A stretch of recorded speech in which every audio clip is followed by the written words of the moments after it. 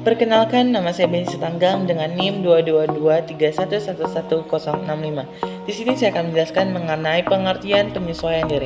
Menurut Skinner tahun 1964 menjelaskan, penyesuaian diri merupakan suatu proses usaha yang dilakukan individu untuk mengatasi ataupun menguasai kebutuhan dari dalam diri, seperti konflik, ketegangan, serta frustasi, dengan tujuan untuk memiliki keselarasan dan keharmonisan dengan tuntutan dari dalam lingkungan serta dari dalam diri sendiri. Adapun keadaan ini bersifat alamiah serta dinamis, yang dimana setiap individu berusaha untuk memiliki kemampuan menerima keadaan yang berada dari dalam lingkungan serta dari dalam diri sendiri. Selanjutnya saya akan menjelaskan mengenai aspek-aspek penyesuaian diri. Yang pertama mengenai aspek penyesuaian diri pribadi. Setiap diri individu wajib memiliki rasa percaya diri yang tinggi. Dengan begitu, ia mampu mengatasi ataupun melawan konflik-konflik yang terjadi dari dalam dirinya sendiri. Adapun tujuannya juga untuk menerima keadaan dari dalam lingkungan sekitarnya. Selanjutnya, mengenai aspek penyesuaian diri sosial. Aspek penyesuaian diri sosial dapat terjadi di lingkungan sehari-hari. Dengan cara begitu, kebiasaan kita berbicara kepada tetangga ataupun orang lain dapat memiliki kesatuan berbahasa dari antara masyarakat tersebut, maka akan terjalin yang namanya aspek penyesuaian diri sosial. Perkenalkan, nama saya Della Betsia dengan NIM 22233111028. Di sini saya akan membahas tentang karakteristik penyesuaian diri. Dalam kenyataannya, tidak selamanya individu akan berhasil menyesuaikan diri. Hal itu disebabkan dengan adanya rintangan atau hambatan yang menyebabkan ia tak mampu melakukan penyesuaian diri. Nah, rintangan-rintangan itu bersumber dari diri sendiri atau keterbatasan kita, atau mungkin dari luar diri sendiri, mungkin dari lingkungan sekolah, pokoknya dari luar diri sendiri. Nah, di sini saya akan membahas dua karakteristik penyesuaian diri. Yang pertama ada karakteristik diri secara positif, dan yang kedua yaitu penyesuaian diri yang salah. Pertama-tama saya akan membahas tentang penyesuaian diri secara positif, yang dimana satu itu tidak menunjukkan adanya ketegangan emosional yang berlebihan. Nah, maksudnya seorang remaja kan, untuk umur remaja itu emosinya masih labil gitu.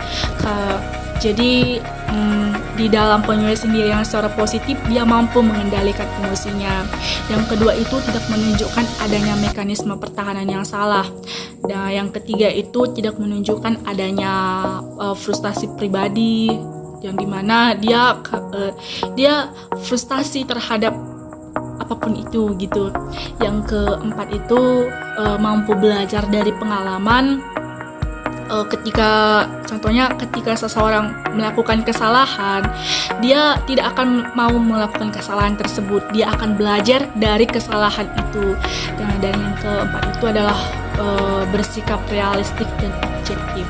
Nah, dalam penyesuaian diri secara positif, individu akan melakukan sebagai bentuk berikut, yaitu penyesuaian diri dalam menghadapi masalah secara langsung. Contohnya seorang siswa SMP atau siswa remaja hamil sebelum menikah, maka ia akan menghadapi secara langsung dan berusaha mengemukakan segala alasan pada orang tuanya. Kadang kala ada seorang siswa yang melakukan kesalahan tersebut, dia takut kepada orang tuanya, dia takut memberitahu gitu. Bahkan ada yang melakukan melakukan aborsi gitu. Yang kedua itu penyesuaian diri dengan melakukan eksplorasi, yaitu penjelajahan, di mana dia pengalaman untuk menghadapi masalah, memecahkan masalah-masalah. Misalnya seorang siswa kurang mampu mengerjakan tugas, untuk mengerjakan tugas itu dia mencari bahan untuk menyelesaikan tugas tersebut dengan membaca buku, melakukan diskusi dengan teman sekelas, atau bahkan konsultasi kepada guru. Nah, yang ketiga itu melakukan penyesuaian diri secara trial and error. Nah, di mana tindakan itu coba-coba dalam arti kalau menguntungkan dia akan teruskan, tetapi kalau gagal dia tidak akan meneruskannya gitu. Nah, yang kedua itu ada penyesuaian diri yang salah, di mana kegagalan dalam melakukan penyesuaian diri secara positif dapat mengakibatkan individu melakukan penyesuaian diri yang salah. Nah, penyesuaian diri yang salah itu ditandai oleh sikap dan tingkah laku yang serba salah, tidak terarah, emosional, dan sikap yang tidak realistis, membabi buta gitu.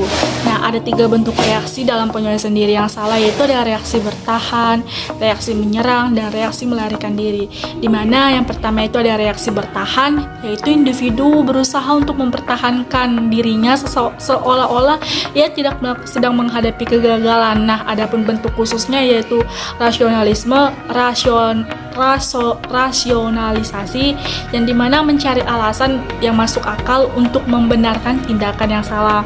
Yang kedua itu represi, yaitu menekankan perasaan yang dirasakan kurang enak ke alam atau pengalaman gitu. Yang ketiga itu proyeksi, yaitu menyalahkan kegagalan diri sendiri ke pihak lain atau ke pihak ketiga. Nah, yang keempat itu ada short grasp, yaitu anggur kecut, yaitu dengan memutarbalikkan fakta begitu. Misalnya seorang remaja yang gagal menulis SMS mengatakan bahwa handphonenya rusak, padahal dia tidak menggunakan handphone begitu. Nah, yang kedua itu ada reaksi menyerang, di mana menunjukkan sikap dan perilaku yang bersifat menyerang atau konspirasi. Reaksi-reaksi itu ada satu itu selalu membenarkan diri sendiri, merasa senang mengganggu orang lain, menunjukkan sikap permusuhan secara terbuka, bersikap menyerang atau merusak, baru suka bersikap balas dendam, kayak mencuri hak orang lain gitu kan, tindakan yang serampang begitu.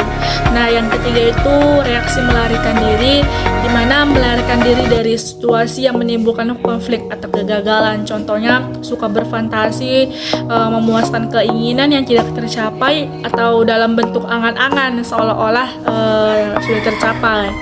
Nah, yang kedua itu banyak tidur, suka minum keras, bunuh diri, atau bahkan menjadi pecandu narkoba. Nah, yang ketiga itu regresi, di mana kembali ke tingkah laku kanak-kanak. Misalnya seorang dewasa yang bersifat dewasa tapi dia berperilaku sebagai anak-anak kecil gitu. Baik, selanjutnya proses penyesuaian diri. Proses penyesuaian diri menurut Schneider setidaknya melibatkan 3 unsur, yaitu yang pertama motivasi. Faktor motivasi dikatakan sebagai kunci untuk memahami proses penyesuaian diri. Yang kedua, sikap. Terhadap realitas, berbagai aspek penyesuaian diri ditentukan oleh sikap dan cara individu berinteraksi terhadap manusia di sekitarnya, benda-benda, dan hubungan-hubungan yang membentuk realitas. Yang ketiga, pola dasar penyesuaian diri. Dalam penyesuaian diri sehari-hari terdapat suatu pola dasar penyesuaian diri. Di sini saya akan melanjutkan materi tentang faktor-faktor yang mempengaruhi proses penyesuaian diri. Menurut Fatima tahun 2006, proses penyesuaian diri sangat dipengaruhi oleh faktor-faktor yang menentukan kepribadian itu sendiri, baik internal maupun eksternal. Adapun faktor-faktor tersebut yaitu yang pertama itu ada faktor fisiologis, yakni kondisi-kondisi fisik, termasuk di dalamnya itu struktur fisik dan temperamen. Yang kedua itu ada sistem saraf, kelenjar, sistem otot, penyakit dan sebagainya. Yang kedua ada faktor psikologis, diantaranya itu adalah pengalaman, hasil belajar, kebutuhan, aktualisasi diri, rasa ketergantungan, perasaan ingin dikasihani dan sebagainya. Yang ketiga itu ada perkembangan dan kematangan, khususnya kematangan emosional, sosial, moral, keagamaan, dan intelektual. Yang keempat itu ada faktor lingkungan, khususnya itu dalam lingkungan keluarga, sekolah, masyarakat, kebudayaan, dan agama. Yang pertama ada pengaruh lingkungan keluarga. Lingkungan keluarga ini merupakan faktor yang sangat penting untuk membantu dalam menyesuaikan diri, karena keluarga merupakan media sosialisasi bagi anak-anak. Proses sosialisasi dan interaksi sosial yang pertama dan utama dijalani individu di lingkungan keluarganya. Hasil sosialisasi dan interaksi tersebut kemudian akan dikembangkan di lingkungan sekolah dan masyarakat umum. Yang kedua itu pengaruh hubungan dengan orang tua. Pola hubungan antara orang tua dan anak mempunyai pengaruh positif terhadap proses penyesuaian diri. Di antara pola menerima, menghukum, dan disiplin yang berlebihan. Yang ketiga itu ada hubungan saudara. Dalam hubungan saudara yang penuh persahabatan, saling menghormati, penuh kasih sayang, berpengaruh terhadap penyesuaian diri yang baik. Sebaliknya, suasana permusuhan, perselisihan, iri hati, dan sebagainya dapat menimbulkan kesulitan dan kegagalan anak dalam penyesuaian diri. Kemudian, ada faktor budaya dan agama yang termasuk di dalamnya sehingga nilai, norma, kepercayaan, dan pola-pola tingkah laku.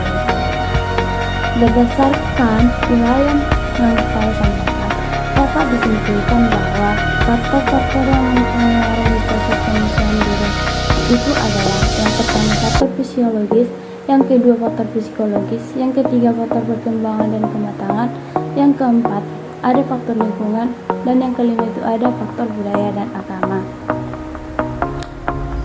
Sekian pembahasan yang saya sampaikan, semoga bermanfaat. Sekian dan terima kasih.